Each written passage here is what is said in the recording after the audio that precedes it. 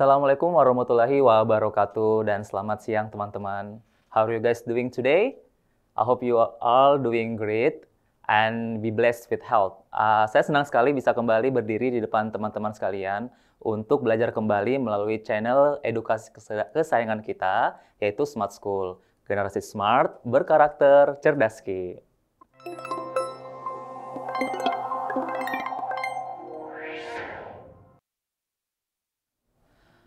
Pertama-tama izinkan saya kembali memperkenalkan diri saya. Nama saya Ilham Yunus dan saya berdiri teman-teman untuk mempresentasikan dan mengajak teman-teman untuk belajar bidang literasi bahasa Inggris yang tentunya akan menjadi salah satu mata ujian ya yang nanti akan teman-teman hadapi di SNBT 2025 nanti.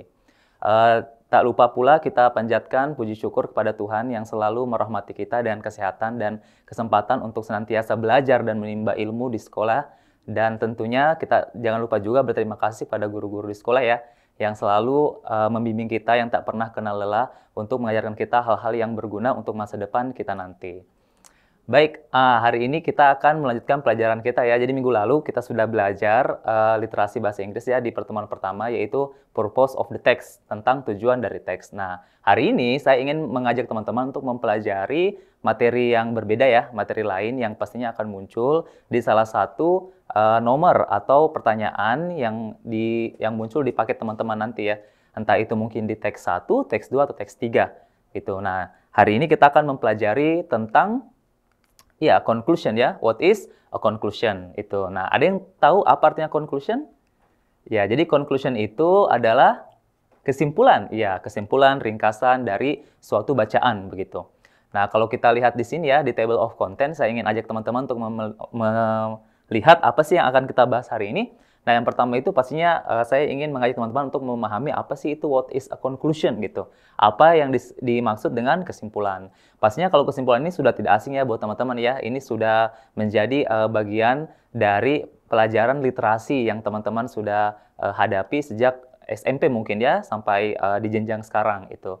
Nah, hanya saja kita akan mempelajarinya lebih spesial, lebih khusus dalam literasi bahasa Inggris. Kemudian nanti kita akan mempelajari juga question forms, atau saya akan memperkenalkan seperti apa sih ciri-ciri dari pertanyaan tentang conclusion atau kesimpulan itu. Kemudian triksnya, nah trik dan exercise pastinya ya, ini sangat berguna untuk mempersiapkan teman-teman gitu, supaya bisa lebih fokus nantinya ya, untuk mengetahui apa sih yang ditanyakan, bagaimana cara mencarinya, dan apa saja trik-trik serta keywordnya ya, yang bisa mengantarkan teman-teman menuju pilihan yang tepat di ujiannya nanti. Oke, semoga teman-teman siap ya, kita akan mulai. Nah, jadi what is a conclusion? Nah, di sini ada di layarnya teman-teman, silakan dibaca ya. Jadi conclusion ini adalah jenis pertanyaan yang menanyakan kesimpulan dari suatu bacaan. Nah, jadi kesimpulan ini pada umumnya tersurat di dalam bacaan. Nah, jadi conclusion ini adalah kesimpulan ya, ringkasan gitu dari bacaan yang mungkin terdiri dari beberapa paragraf. Ya, biasanya mungkin 3 sampai 5 paragraf.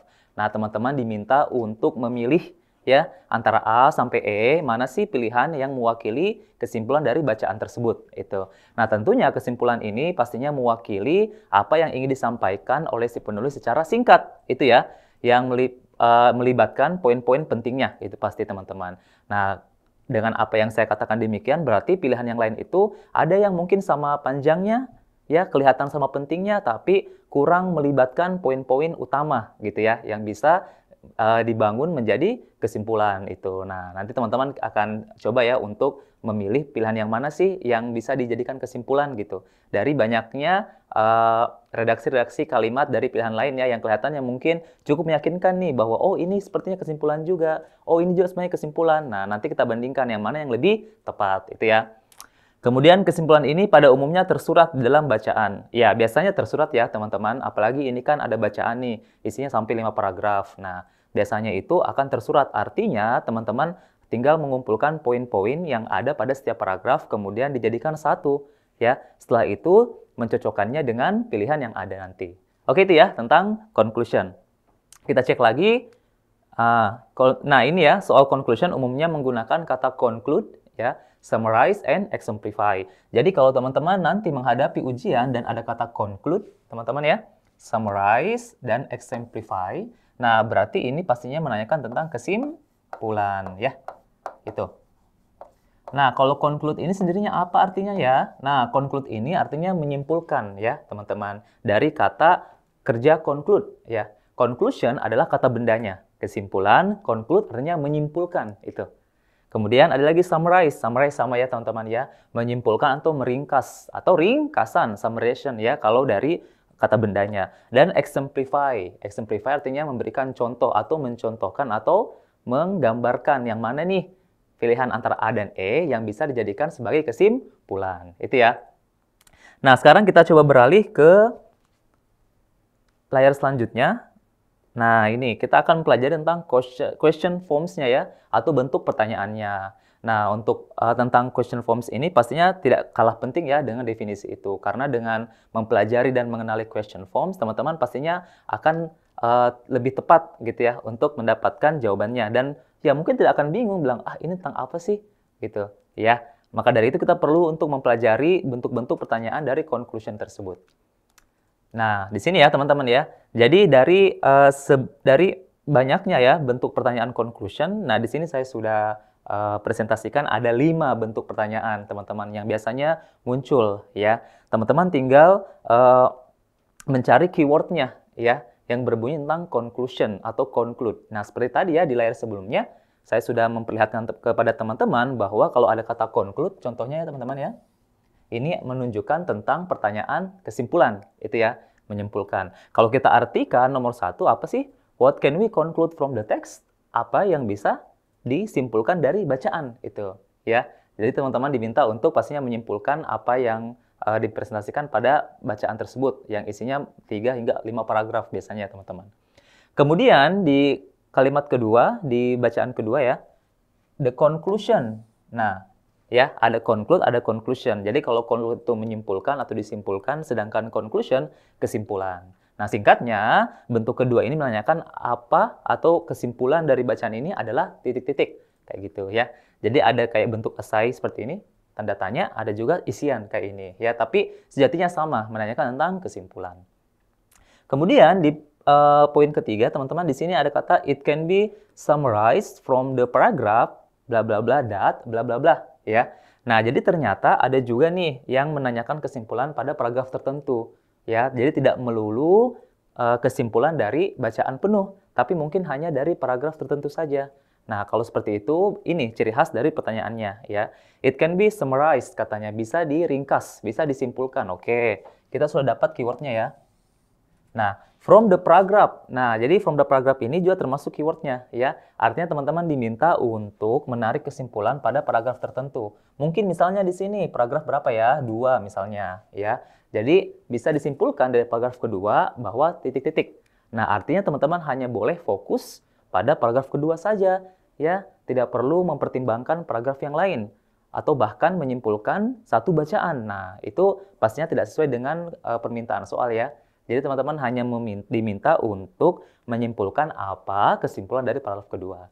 Gitu ya. Kemudian apalagi nih di poin keempat, which of the following is the best summary of the passage. Nah, ini kurang lebih sama ya teman-teman, kurang lebih dengan bagian C. Kalau ini tadi kata kerjanya, ini kata bendanya. Nah, bahwa pertanyaannya berikut ini atau yang mana dari berikut ini ya yang menjadi kesimpulan yang cocok gitu dari bacaan tersebut. Nah, keywordnya adalah passage juga. Nah, artinya teman-teman diminta untuk menyimpulkan bagian A sampai E yang mana yang cocok atau yang tepat menjadi kesimpulan dari bacaan tersebut. Oke? Nah, dan yang terakhir di sini ada paragraph bla bla bla exemplifies bla bla bla that ya. Jadi paragraf ini katanya exemplifies ini bahwa titik gitu. Nah, jadi ini sama kelihatannya dia meminta untuk mencari kesimpulan ya pada paragraf tertentu. Kayak tadi ya di poin ketiga, kalau di sini katanya paragraf kedua ya mungkin di sini paragraf ketiga misalnya ya. Kemudian exemplifies misalnya kalimat keberapa, misalnya sentence one misalnya ya. Nah, jadi kesimpulan dari kalimat satu misalnya ya. Kalimat satu, kalimat dua misalnya ya, kolaborasi kayak seperti ini ya. Jadi yang ingin saya sampaikan bahwa teman-teman perlu untuk fokus ya, melihat apa sih yang diminta dan yang bagian mana aja yang diminta gitu. Apakah satu bacaan ya, biasanya dengan clue passage kalau satu bacaan ya, teman-teman. Nah, sedangkan kalau dia secara spesifik atau secara khusus, biasanya hanya paragraf saja ya. Contoh kayak ini tadi. Nah, paragraf ini gitu. Artinya teman-teman hanya diminta untuk fokus terhadap paragraf tertentu. Nah, atau bahkan mungkin dalam paragraf kan biasanya ada beberapa kalimat ya teman-teman. 3 mungkin sampai 5 kalimat gitu. Dan dia yang diminta itu khusus di kalimat 1 dan 2 misalnya ya. Atau mungkin di kalimat 3 dan 5 misalnya. Kesimpulannya pada paragraf tersebut ya apa kayak gitu ya. Jadi teman-teman harus fokus untuk menentukan keywordnya ya, karena keyword ini menentukan pilihannya juga yang mana yang tepat ya. Karena kadang pilihan pada soal tentang conclusion atau kesimpulan ini bisa benar semua tepat atau sesuai dengan isi dari bacaan itu. Tapi karena ada keyword khususnya yang diminta, misalnya hanya di paragraf 2, teman-teman harus pilih pilihan yang ada di paragraf 2 saja kayak gitu ya. Jangan secara umum satu bacaan atau jangan pada paragraf tertentu. Oke? Bisa ya? Oke. Nah, sekarang kita beralih ya ke layar berikutnya. Nah, ini yang paling penting ya, pastinya juga triks ya. Jadi trik-triknya apa saja nih Kak, supaya kita bisa menjawab soal conclusion dengan cepat, tepat, dan akurat itu ya. Nah, pastinya kita cek ya. Nah, pertama teman-teman perlu untuk menentukan topik bacaannya ya. Jadi topik bacaannya gitu. Nah, kalau topik ini kan yang menentukan atau yang membangun suatu bacaan gitu. Kalau yang dari dulu saya pelajari waktu sekolah ya, dan mungkin guru-guru juga, cara mengajarkan kepada teman-teman menentukan topik itu biasanya ada di paragraf pertama gitu ya. Namanya paragraf pertama biasanya adalah bagian introduction atau perkenalan gitu. Nah, otomatis topiknya juga akan diperkenalkan di paragraf 1 ya, teman-teman. Nah, jadi topik ini yang menjadi objek apa yang menjadi fokus gitu pembahasan ya. Kemudian apa saja yang menjadi fokusnya gitu ya. Nah, kalau misalnya saya berikan contoh misalnya pada suatu bacaan topiknya tentang rokok begitu ya. Nah, jadi tentang mungkin bahaya merokok kayak begitu. Jadi dengan menentukan apa topik bacaannya ini teman-teman akan bisa memprediksikan oke, bacaan ini kayaknya akan membahas mengenai dampak-dampak dari merokok misalnya kayak gitu ya. Jadi dengan menentukan topik bacaan, teman-teman sudah siap nih untuk mengumpulkan poin-poin yang nantinya bisa jadi kesimpulan. Gitu ya. Kemudian buat rangkuman isi bacaan. Nah, ini poin kedua tidak jauh ya dengan poin pertama. Buat rangkuman isi bacaan. Nah, jadi isi bacaan, misalnya isi bacaannya ada 3 paragraf ya. Teman-teman silahkan mulai merangkum begitu. Mungkin misalnya di paragraf pertama yang dibahas adalah tentang perkenalan bahwa rokok ini katanya mungkin bagi sebagian orang ya bisa meningkatkan confidence ya atau kepercayaan diri gitu. Namun dalam segi kesehatan itu kurang baik misalnya kayak itu. Oke, berarti di paragraf pertama tentang perkenalan bahwa rokok itu nggak baik misalnya. Kemudian paragraf kedua tentang merokok itu katanya bisa merusak kesehatan secara spesifik seperti ini bla bla bla kayak gitu. Dan kemudian di paragraf ketiga mungkin ya tentang cara atau tips untuk berhenti merokok. Nah, setelah teman-teman bisa mengumpulkan poinnya, buatlah rangkumannya gitu ya. Jadi rangkuman bacaan ini tentang bahaya merokok dan cara berhenti seperti itu kurang lebihnya ya. Gitu. Jadi rangkuman itu teman-teman bisa lihat dari setiap awal paragraf ya. Awal dan akhir biasanya kombinasi itu sangat membantu teman-teman untuk menentukan poin-poin yang bisa dibuat menjadi rangkuman pada bacaan tersebut. Itu ya teman-teman ya. Sekarang kita beralih lagi ke slide selanjutnya. Poin ketiga, teman-teman, di sini ada katanya kaitkan opsi dengan topik bacaan. Nah, jadi teman-teman selalu lihat ya opsinya apa, A sampai E, seperti itu. Kemudian kaitkan dengan topik bacaan ya. Kalau topiknya mengenai bahaya merokok, teman-teman harus pilih antara A sampai E yang memang lebih fokus mengenai bahaya merokok, seperti itu ya. Nah, kalau misalnya ada pilihan lain, misalnya di Pulau Jawa, rokok harganya lebih murah, misalnya ya, kayak gitu. Atau di Sumatera, harganya jauh lebih murah dibandingkan seluruh Indonesia, seluruh bagian Indonesia. Nah, kalau kita bandingkan, lah itu bukan menjadi fokus ya, tidak ada kaitannya dengan topik tentang bahaya merokok. Nah, seperti itu ya. Jadi teman-teman harus fokus untuk menentukan ya, apakah yang dibahas memang tentang kesehatan, sisi kesehatan atau dari segi komersialnya seperti itu. Kemudian di poin keempat, pilih opsi yang mewakili seluruh bacaan. Nah, ini tadi ya yang saya bilang. Jadi, silahkan teman-teman pilih opsi yang mewakili bacaan dengan menentukan atau menyesuaikannya dengan topik yang teman-teman sudah dapatkan ya pada bacaan tersebut. Kemudian mungkin dengan sistem eliminasi ya, itu sangat membantu biasanya. Jadi, ketika teman-teman mulai berhadapan dengan A sampai E, silahkan cek dulu nih pilihan mana yang kayak kelihatannya nggak nyambung gitu, yang tidak berkaitan dengan topiknya ya, seperti tadi misalnya ya di Jawa dan Sumatera harga rokok jauh lebih murah. Nah, itu kan tidak berkaitan ya dengan bahaya merokok. Nah, itu bisa dieliminasi sehingga teman-teman disisakan pilihan yang cukup kuat untuk dibandingkan. Nah, nanti setelah mempertimbangkan yang mana yang lebih tepat lagi atau mewakili bacaan, akhirnya teman-teman bisa menemukan jawabannya. Itu ya. Oke. Nah, supaya lebih jelasnya ya teman-teman, coba kita beralih ke exercise. Nah, jadi exercise ini cara yang paling tepat, yang paling bagus ya untuk mempersiapkan teman-teman. Mungkin teman-teman pernah dengar practice makes perfect ya. Jadi latihan itu pasti membuat teman-teman bisa lebih baik lagi gitu ya. Jadi pesan saya kalau ada waktu luang ya pulang sekolah setiap malam itu coba-coba deh kerjakan soal-soal SNBT ya yang ada teksnya itu literasi bahasa Inggris. Dan jawab-jawab soal-soal khususnya kayak hari ini ya kita mempelajari tentang conclusion. Ya sedikit banyaknya pasti akan membuat teman-teman lebih siap dan lebih tahu gitu ya apa yang harus teman-teman lakukan dan tips-tipsnya biasanya teman-teman bisa dapatkan sendiri dengan cara belajar teman-teman sendiri ya. Oke, sekarang kita cek nih exercise ya. Nah, di sini ada sebuah teks teman-teman, teks 1. Isinya ada paragraf 1, paragraf 2. Kita cek masih ada nggak paragraf lainnya? Oke, ada paragraf 3. Wow, dan bahkan ini lebih panjang ya, teman-teman. Semoga bisa kelihatan ya di layar teman-teman sekalian. Kemudian di paragraf keempat, nah ini lebih pendek ya, jauh lebih pendek dari tadi paragraf yang ketiga. Ada lagi? Nggak ada? Oke. Nah, jadi di sini ada 4 paragraf ya rupanya ya, teman-teman. Oke, dan tadi teman-teman mungkin sempat lihat, di sini ada pertanyaannya nanti nih. Question 1 ya, tentang conclusion. Nah, sekarang kita cermati dulu apa sih isi dari bacaan ini ya. Nah, di sini kalau kita lihat pertama tadi ya coba kita terapkan tips yang ada pada layar yaitu tentukan topiknya ya. Di sini ada kalimat ya. Di kalimat pertama, paragraf pertama bahwa some Indonesians may miss something when their meal does not come up with chilies or chili chunks katanya ya. Jadi subjeknya adalah some Indonesians katanya. Oke, beberapa orang Indonesia. Oke, kenapa nih? May miss something ya. Mungkin kayak ngerasa ada yang hilang gitu, ada yang kurang gitu ya. Ketika when their meal does not come up ya. Ketika makanan mereka tidak dibarengi ya. Jadi come up ini dibarengi gitu ya. Tidak dibarengi dengan ya cabai atau lombok. Ya, betul?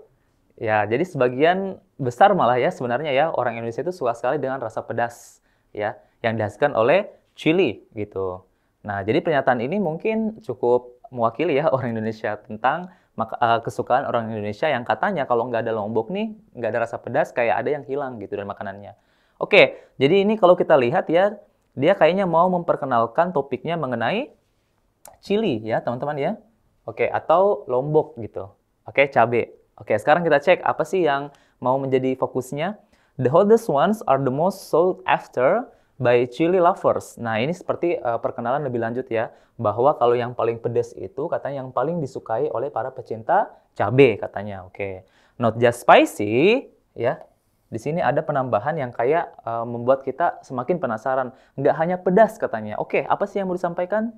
Nggak hanya pedas, cabai turn out. Nah, turn out ini teman-teman artinya ternyata ya, mungkin hal yang baru buat teman-teman. Jadi kalau ada kata turn out itu artinya ternyata ya. Jadi katanya cabai ini ternyata mengandung ya nutrisi yang penting gitu. Seperti ada energinya, karbohidrat, gula, fiber ya, lemak, protein, vitamin A, vitamin B6. Wow, banyak ya. Jadi ternyata selain rasanya pedas, lombok ini punya banyak manfaat katanya teman-teman ya. Panjang ya sampai di sini malah. Nih. Sampai capsaicin. Oke. Kemudian ya di sini diperkenalkan lebih lanjut apa sih capsaicin? Jadi capsaicin ini katanya yang membuat lombok atau cabai itu terasa pedas dan panas begitu. Oh, oke. Jadi teman-teman hari ini sudah mulai tahu ya, ternyata ada zat yang disebut capsaicin, itulah zat yang membuat lombok itu terasa pedas gitu. Kemudian despite its spicy taste, nah despite ini artinya meski ya. Ini kalau teman-teman mau menggunakannya dalam memperkenalkan konteks yang berlawanan dengan pernyataan sebelumnya. Jadi meski rasanya pedas katanya, chilies atau lombok ya, turn out tadi artinya apa? Ternyata gitu ya. Jadi lombok ternyata memiliki banyak manfaat kesehatan. Oke, wow, ternyata lombok ini selain rasanya pedas dan menggugah selera ya, ternyata memiliki manfaat kesehatan. Apalagi tadi sudah disebutkan ya, protein, vitamin E, nutrisi-nutrisi yang ada pada lombok tersebut. Oke, jadi singkatnya di paragraf 1 ini dia mau memperkenalkan tentang manfaat dari lombok itu ya.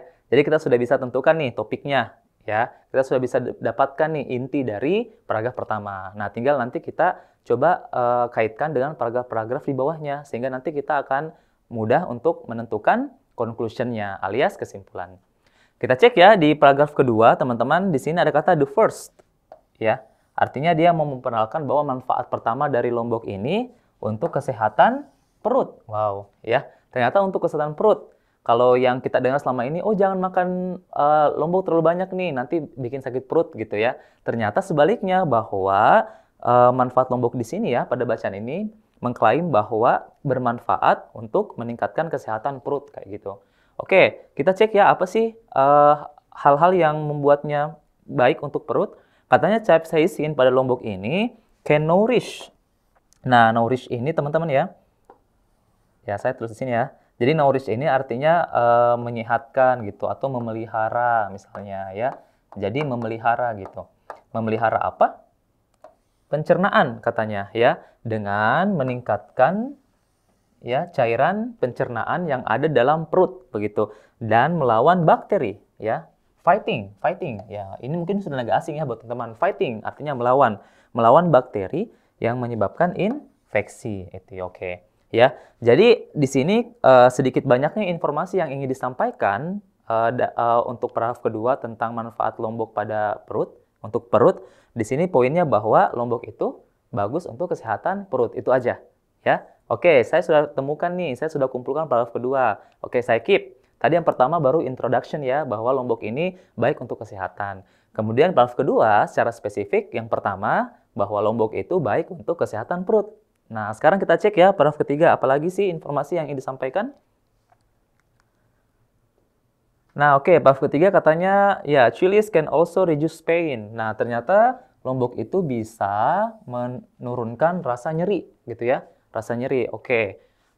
Ini hal yang baru ya buat saya, mungkin buat teman-teman juga, bahwa ternyata lombok bisa meredakan rasa nyeri. Caranya katanya, applying an ointment, ya. Jadi, applying. Nah, applying ini seperti artinya menerapkan, gitu ya. Menerapkan atau menggunakan boleh juga ya, teman-teman. Jadi mengoleskan mungkin ya, kalau secara spesifik tentang ointment. Ointment ini artinya seperti salep ya teman-teman.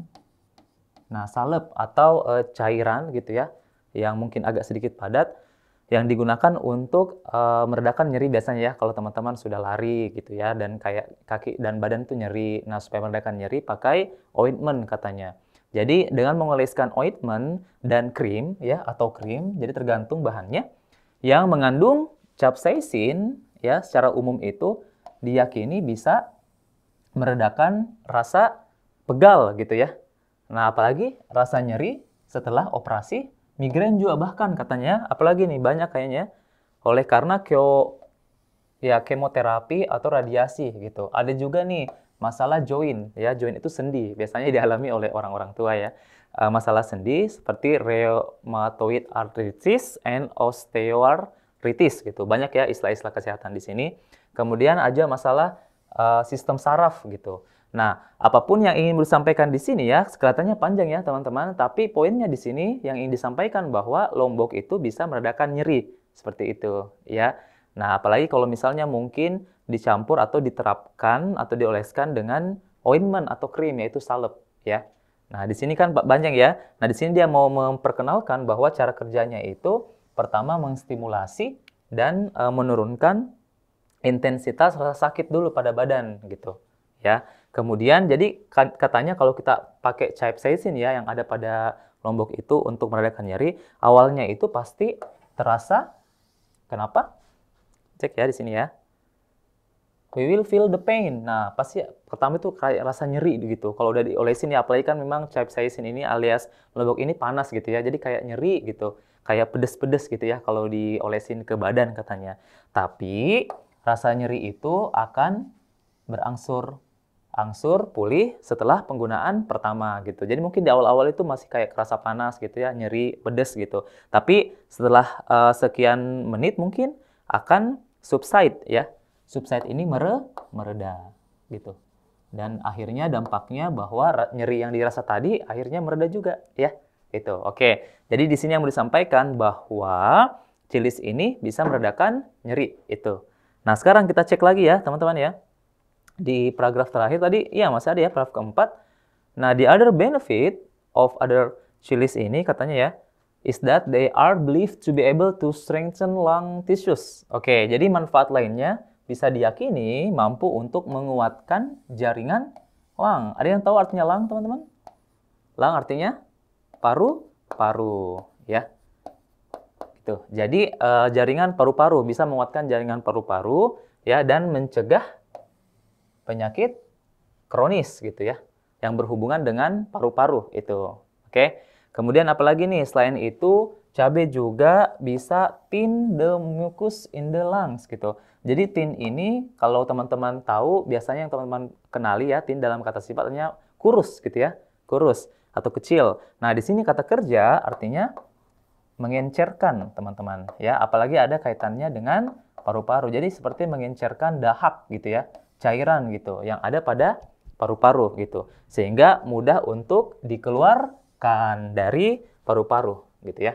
Jadi mungkin cairan tersebut mengganggu pernapasan, tapi dengan mengkonsumsi cabai ya, cairan tersebut bisa dicairkan atau diencerkan dan nantinya akan mudah untuk dikeluarkan gitu ya. Oke, masih ada paragrafnya? Oke, nggak ada. Itu aja ya. Nah, jadi apa yang sudah kita peroleh dari teks ini bahwa cabai ini katanya memiliki banyak manfaat kesehatan ya. Bukan saja rasanya yang pedas dan memikat, tapi punya manfaat kesehatan. Oke, itu paragraf pertama. Paragraf kedua, tadi lebih khusus membahas mengenai manfaat kesehatannya pada perut, itu ya. Nah, kemudian paragraf ketiga, tadi reduce pain katanya teman-teman, atau meredakan nyeri. Oke. Dan yang terakhir adalah menguatkan jaringan paru-paru atau bermanfaat untuk kesehatan paru-paru. Itu, ya. Nah, sekarang kita beralih ke pertanyaan, ya. Ini yang ditunggu-tunggu nih. Which conclusion is the most appropriate to draw based on the passage, ya. Jadi katanya kesimpulan berikut ini yang paling tepat untuk ditarik berdasarkan bacaan, ya.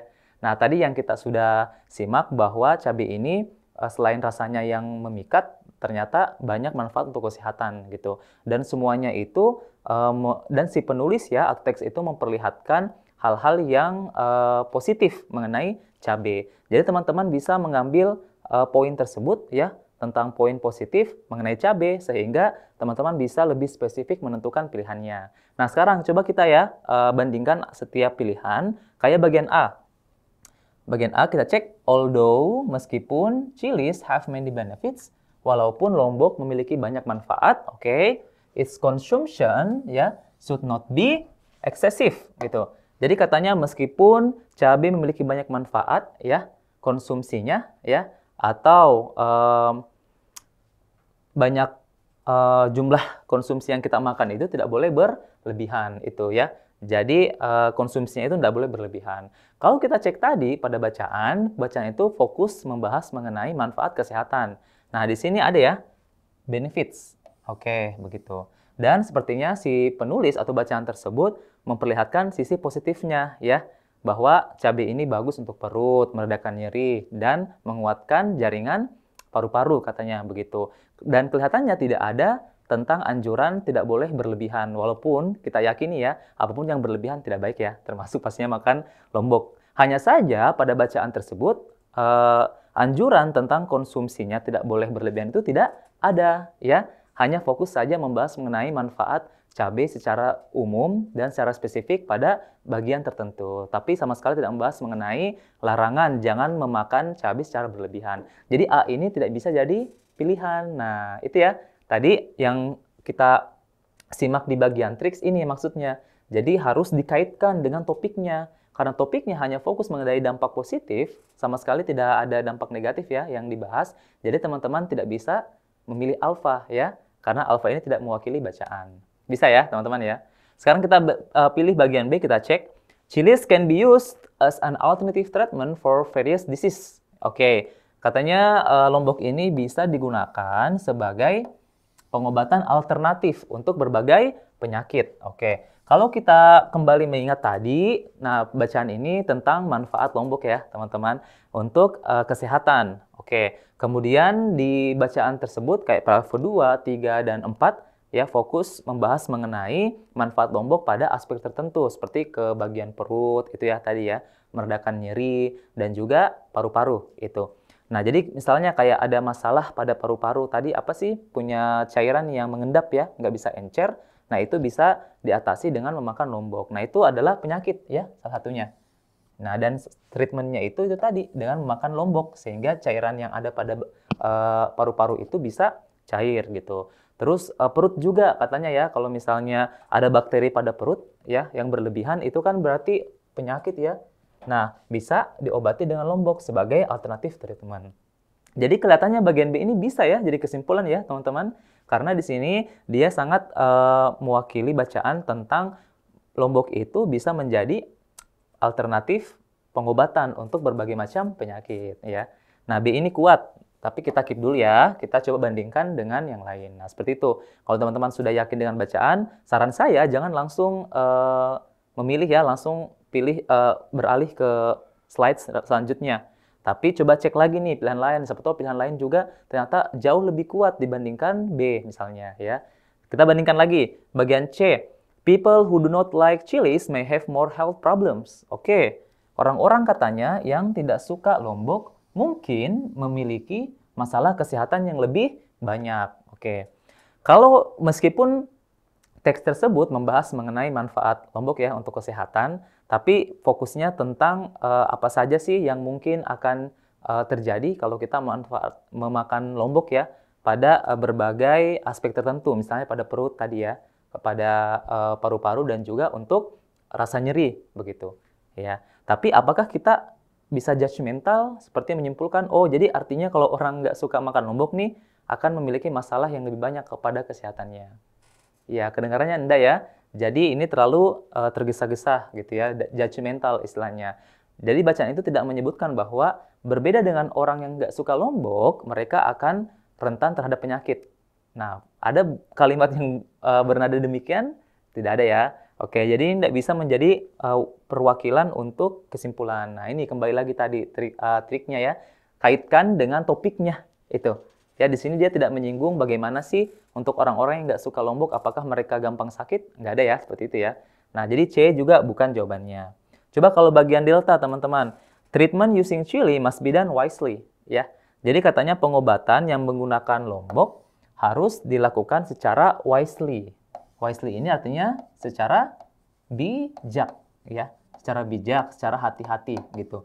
Nah, berarti bagian D ini mengisyaratkan bahwa lombok itu bagus untuk kesehatan, hanya saja harus hati-hati itu. Nah, kalau saya pribadi, ya itu betul ya. Tapi sekali lagi, ini tidak dibahas pada bacaan ya. Bacaan ini hanya fokus terhadap manfaat lombok saja. Tidak membahas mengenai konsumsinya, cara penggunaannya secara spesifik, tidak ada ya. Kelihatannya bagian D ini sama kayak bagian A ya teman-teman, ada pertimbangan katanya. Jadi D tidak bisa jadi perwakilan jawaban. Nah, sekarang bagian E bagaimana? Chili lovers have good quality health. Jadi, katanya, karena tadi membahas mengenai lombok itu baik untuk kesehatan, jadi kesimpulannya orang yang suka makan lombok atau pecinta lombok katanya memiliki kualitas kesehatan yang baik. Apakah bisa dijadikan kesimpulan demikian?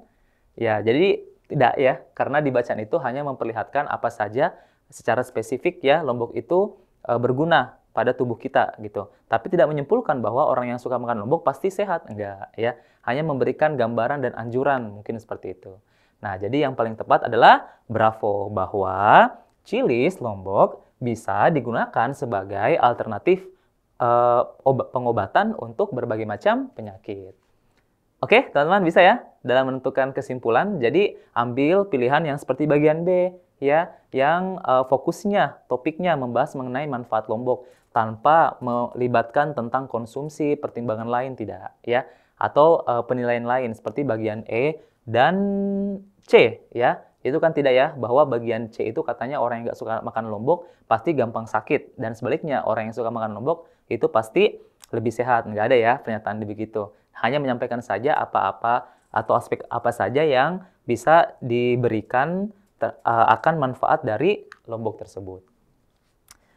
Oke ya teman-teman ya, jadi itu salah satu contoh menarik kesimpulan. Nah, kita masih ada waktu, coba kita cek lagi ya teks lain.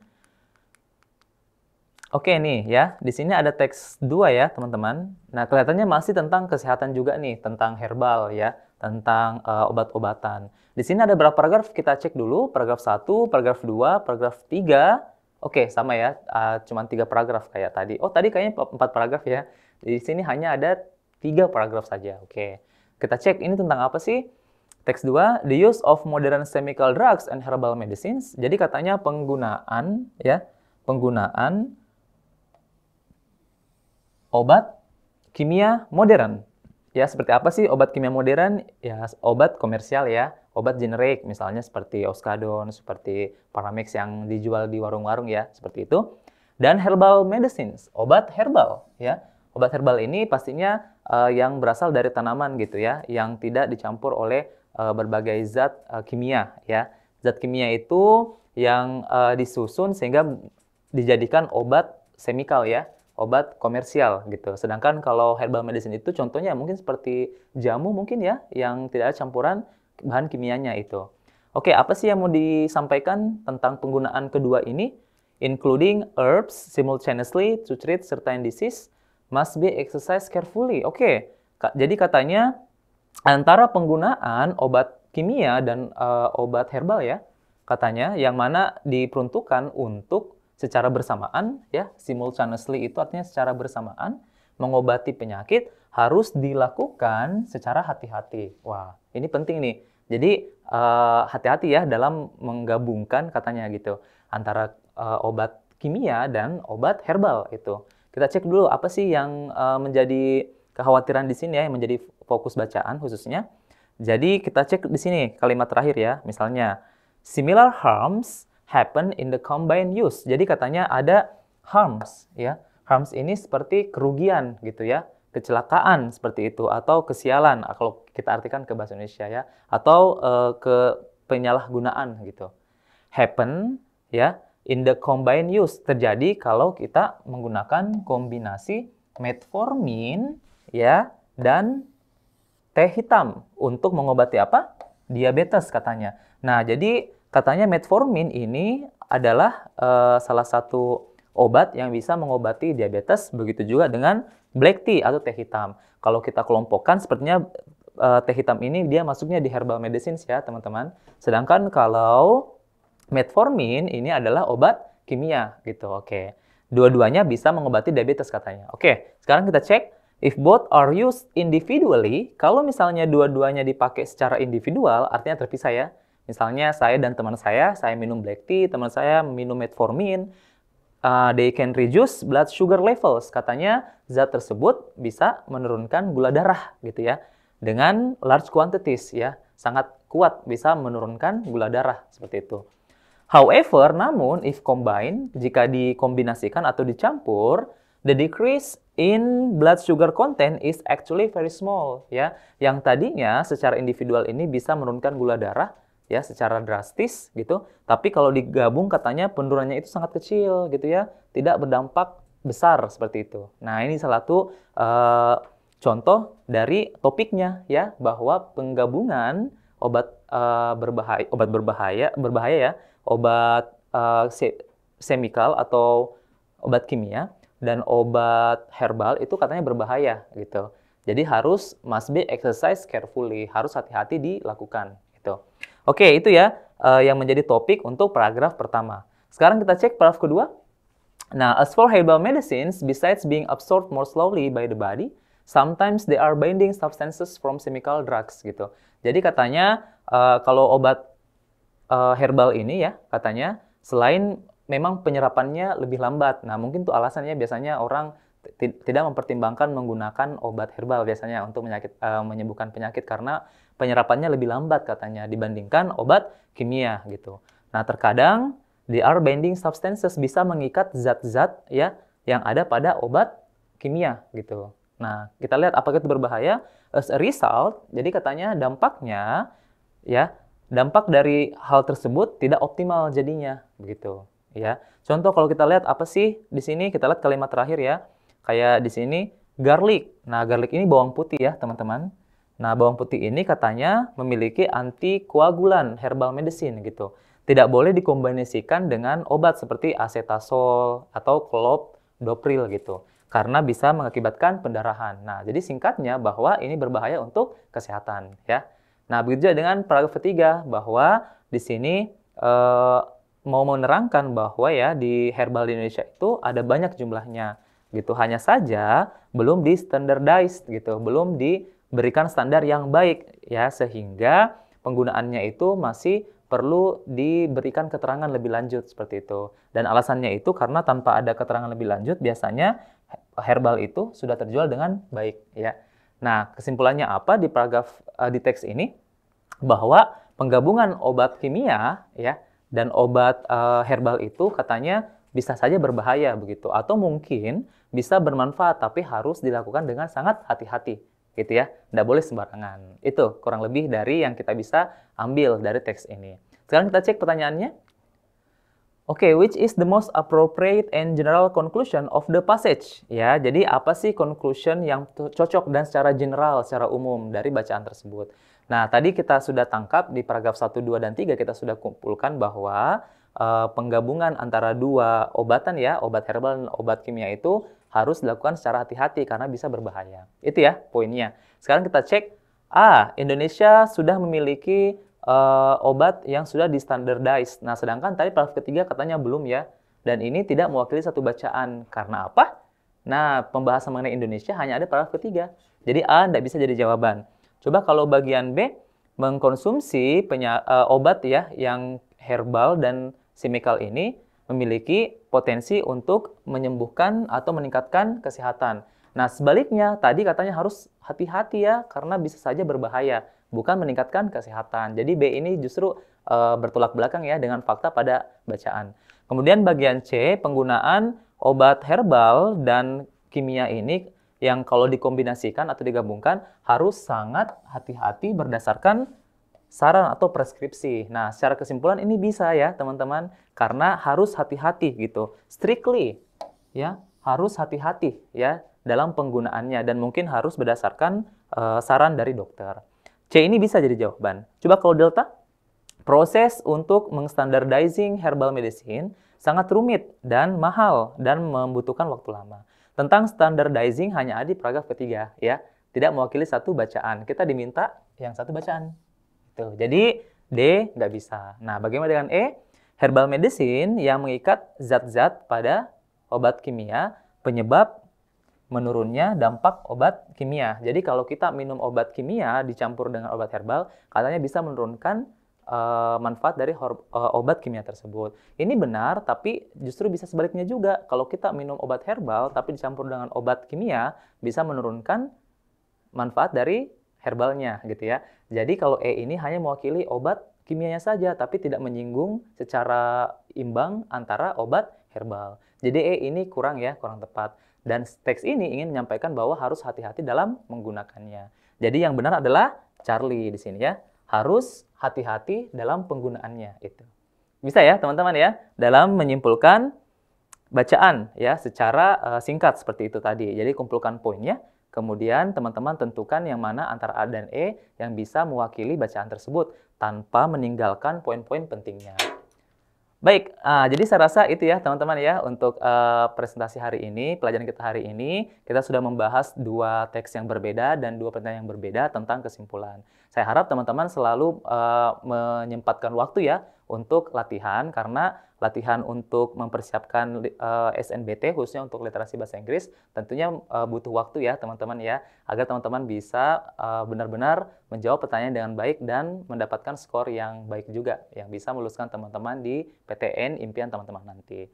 Nah, cukup sekian dari saya. Kita akan berjumpa lagi di sesi berikutnya. Selamat siang. Wassalamualaikum warahmatullahi wabarakatuh.